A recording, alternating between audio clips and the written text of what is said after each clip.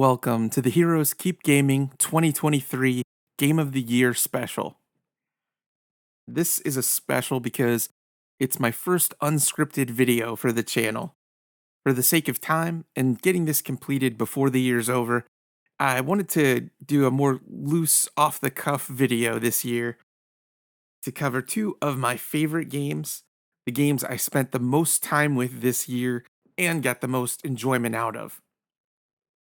These two titles have a lot in common, but are also extremely different in how they play.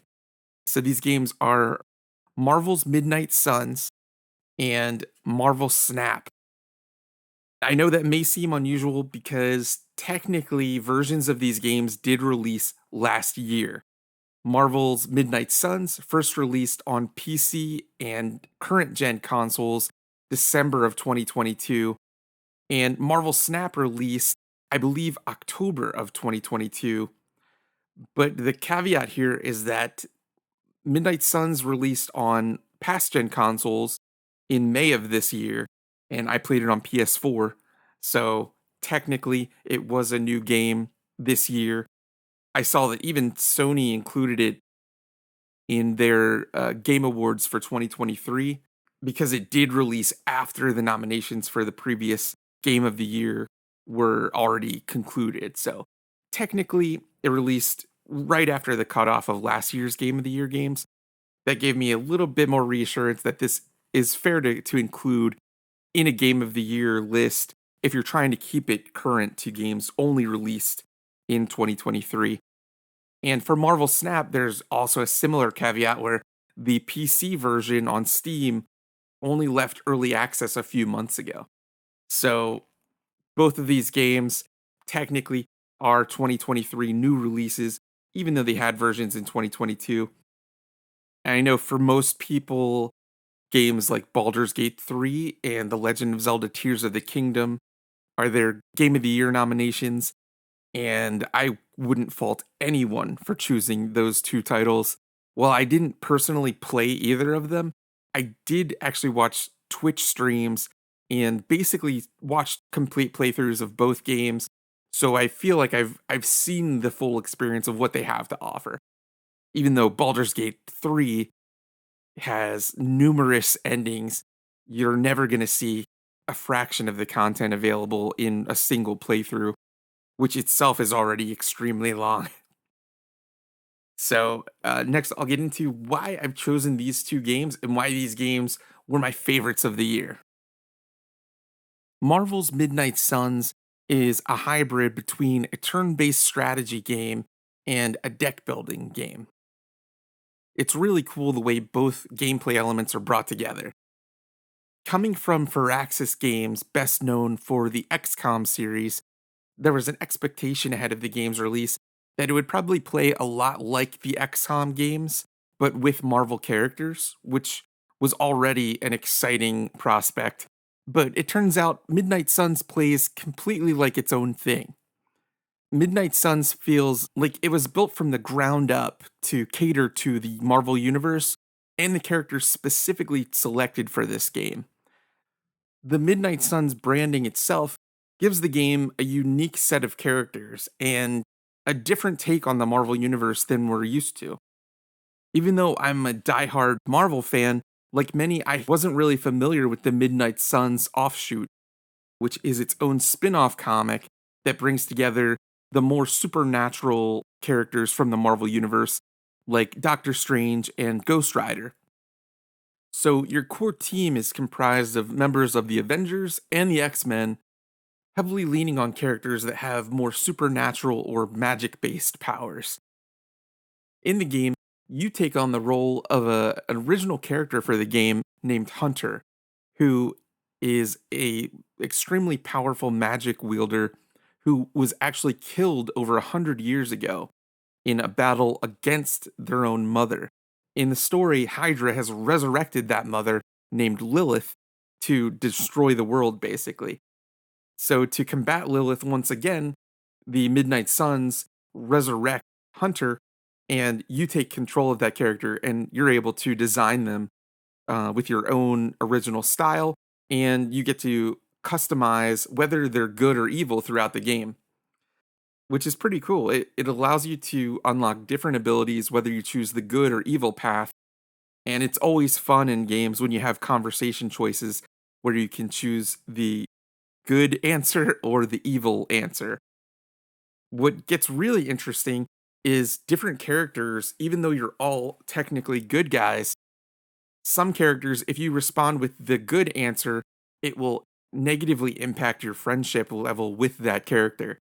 So early on, for instance, the character Magic, also known as Ilyana Rasputin from X-Men, who is Colossus's sister, also from the New Mutants. Every conversation I found myself just making her hate me more and more because I wanted to take the good path, and she was not receptive to any of those answers. What's interesting is as the story progresses, the dynamics of these friendships change and it doesn't stay stagnant. So eventually you can choose the good answer with Magic and it will improve your friendship level. Or sometimes it's best to choose a neutral answer that doesn't move the needle either way. That took a while to learn because your first instinct is, I want to be the good guy. I'm going to choose every good answer to level up my good skills fastest. But it's actually detrimental to play that way. And I thought that added a really cool extra layer to the good bad decision choice mechanic. So, with your good and bad choices, you are able to access different cards, and they also have good or bad attributes. So, using your bad skill cards will increase your evil level, and using your good cards will increase your good level. So, it also kind of guides your character towards the abilities they can use. Something we're used to in games where you can choose to be good or evil. It does unlock different abilities, whether you choose the good or bad path. What's really interesting about having a friendship mechanic in a Marvel game is that you're actually speaking with the Marvel characters that you know and love, and you're getting to know them better in the game and increasing your friendship level with your character and theirs. So it leads to some really interesting and funny moments because it kind of becomes like a dating sim, but like a platonic dating sim. Like you have to take friends out on hangouts where you'll do a number of different activities. You can end up taking Wolverine to go bird watching, which sounds completely bizarre, and it is. So your character and Wolverine are just bird watching, and you have a conversation while you're watching the birds, and you can choose, like usual, you can choose like your good or bad answers to affect your friendship level. You can even collect gifts throughout the game and give them to your different teammates. So for Wolverine, you might collect an item like the easiest ones are the comic books themselves. So you'll collect like the first appearance of Wolverine from the Incredible Hulk comic, and you can give that as a gift to Wolverine, and it massively increases your friendship level. There are more obscure ones, like you have to figure out, like, there's like a Russian poetry book. Obviously, that's going to go to Magic because she's from Russia. So it's just like the most unexpected gameplay system for a Marvel game that I would ever imagine. And it's really funny. And it really adds to the downtime in the game.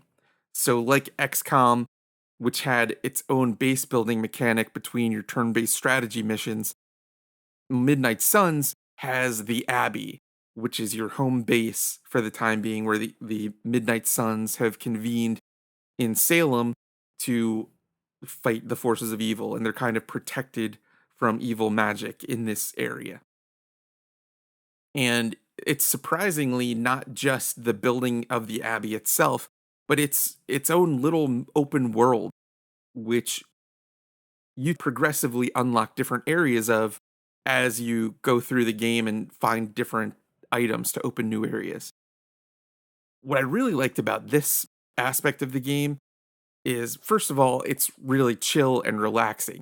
There are no battles, so you're really just running around this open environment with no threat, just finding different objects, unlocking new areas. It really reminded me of Mortal Kombat 11's Crypt. It doesn't have the same instant gratification of unlocking and progressing things. It tends to be much slower to find ways to open new areas, but it's still very cool.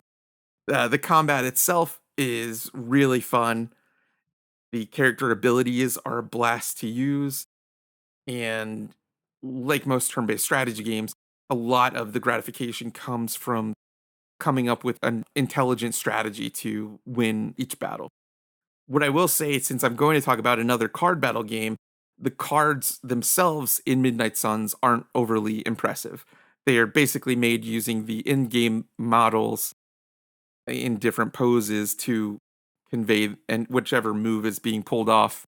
So there's no like original art or anything like that. It doesn't look like what I was thinking as I was playing it is growing up, my favorite trading cards were the Fleer Ultra 94 X-Men trading cards. They were like these beautiful paintings of X-Men characters. The cards in Midnight Suns do not remind me of those. The cards in Midnight Suns remind me of the Marvel Overpower cards that came out a couple years later, and that was actually a card battle game rather than just trading cards. So the artwork on those, it was much rougher, and it was when we were getting into the digital coloring for the first time. So the cards were just heavily digitized, and it really felt like someone just sketched something in really quickly and then in a primitive version of Photoshop just like made it look smooth and it didn't look good. So the cards in Midnight Suns are not a highlight, but it's not really about that. It's more about progressing your characters and your team.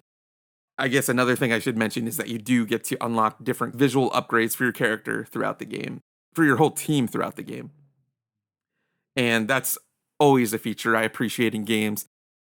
Wolverine and Deadpool have their X-Force gray and black costumes, which are my favorites. So I was so stoked to get those characters in my favorite looks and then kind of make my Hunter character match them. So I tried to make my Hunter character look like Shatterstar from X-Force and kind of succeeded. I should also mention the game is very long. I've been playing the game for hours and hours. It's hard to judge with turn based strategy games because you can play them at your own pace. And often I've played this game while watching Twitch streams, just having it on in the background, gradually choosing my moves and taking as long as I want. And I love that. I love that freedom to just take your time, play at your own pace. No one is rushing you. You can plan for as long as you like. That's what I love about turn based strategy games. So even though I've put in tons of hours into this game, I'm still only on the second area. You begin in New York, and I finally finished those missions, and I've just done a few missions in the second area where it's like a desert environment. Another thing that blew me away was the performance on PS4.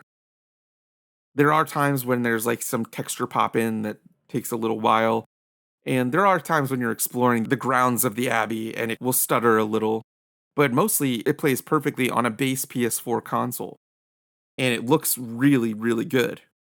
If you didn't tell me this was created for next gen and ported to PS4, I would have no idea. Overall, Midnight Suns deserves so much more praise and attention. I don't think it was nominated for the Game Awards this year, which is unfortunate because it did launch after the cutoff date for last year. Next, I'd like to talk about the second entry for Game of the Year, which is Marvel Snap. This is the Marvel themed card battle game developed by Second Dinner. And this game, I believe I started playing as soon as it left beta. Even though I've never been a fan of mobile games, I'm not going to say I'm a huge card battle gamer. But Marvel Snap is fun on an entirely different level because they've made the card battle game fit in a bite sized framework. So, whereas Magic the Gathering feels like it goes on for like 30 minutes every match, Marvel Snap matches last between 1 minute to 3 minutes and never go longer than 5 minutes. Every game is limited to 6 turns, with the exception of games that are extended for an additional turn. But It's amazing that they were able to make it so few turns and so few cards. You have 12 cards for your deck. There are hundreds of cards that you earn to build your decks, but your deck you play is limited to 12 cards, and you have 6 turns to play those cards. It's amazing that there's still so much strategy possible based on the different abilities the cards have. And I would say the main thing that has always impressed me about card battle games is that they're able to create hundreds of cards that all work together. All these cards have different synergies with each other, and there are seemingly endless possibilities for finding new ways for cards to interact with one another. And that's the really exciting part as you unlock new cards, finding ways they can work with your existing cards to give you a new strategy to win more matches. As a mobile game, it falls into the mobile trappings of having like a dizzying amount of different currencies to unlock throughout the game that are used to earn different items. Like all mobile games, it's intended to make you feel like you're earning more than you are and to always keep you wanting more than you have. That's always going to be annoying, but I would say in Marvel Snap, at least they give you enough to keep you feeling like you're not being starved for unlocks. One thing that really helps is the season passes you can buy. It makes the game itself more rewarding, like every season pass. We all know how this works. Going back to the card art earlier, where I said Midnight Suns had the overpowered card art, that's not too pretty to look at. Marvel Snap is the complete opposite, taking artwork from the original comics as well as newly designed pieces from the artists we're familiar with. The cards themselves are beautiful and fun to collect.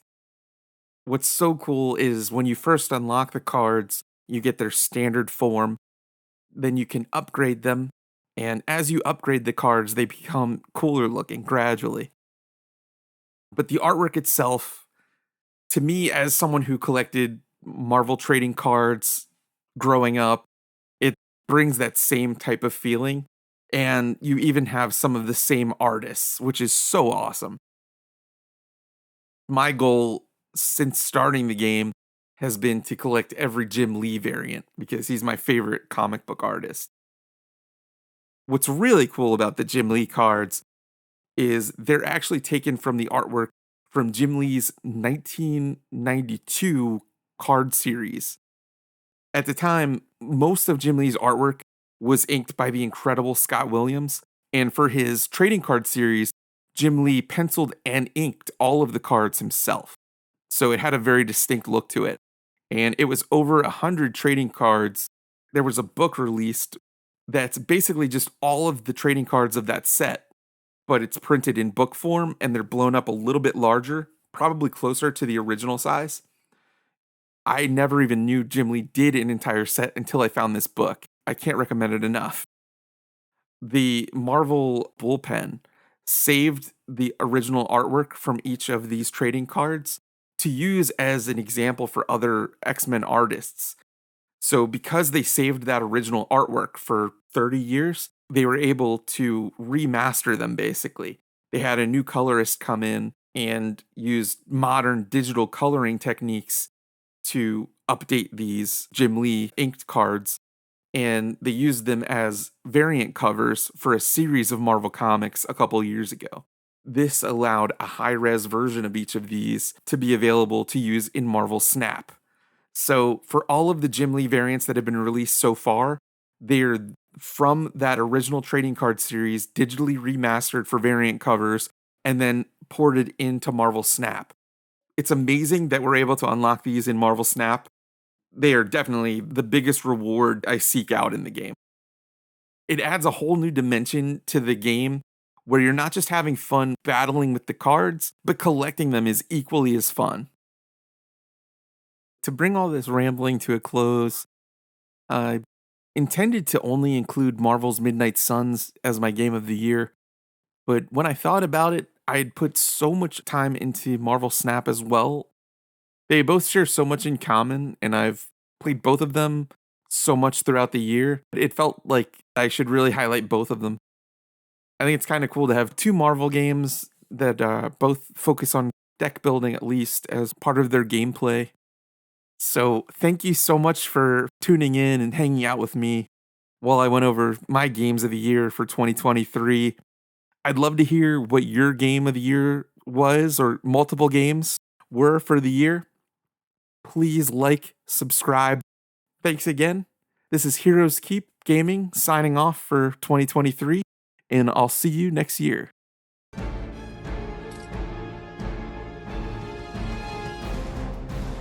Allow me!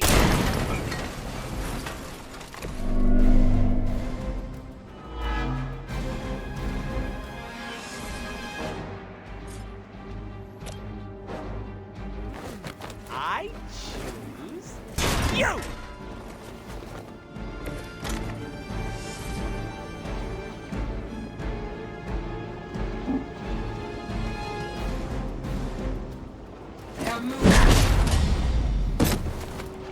I should probably feel bad about that.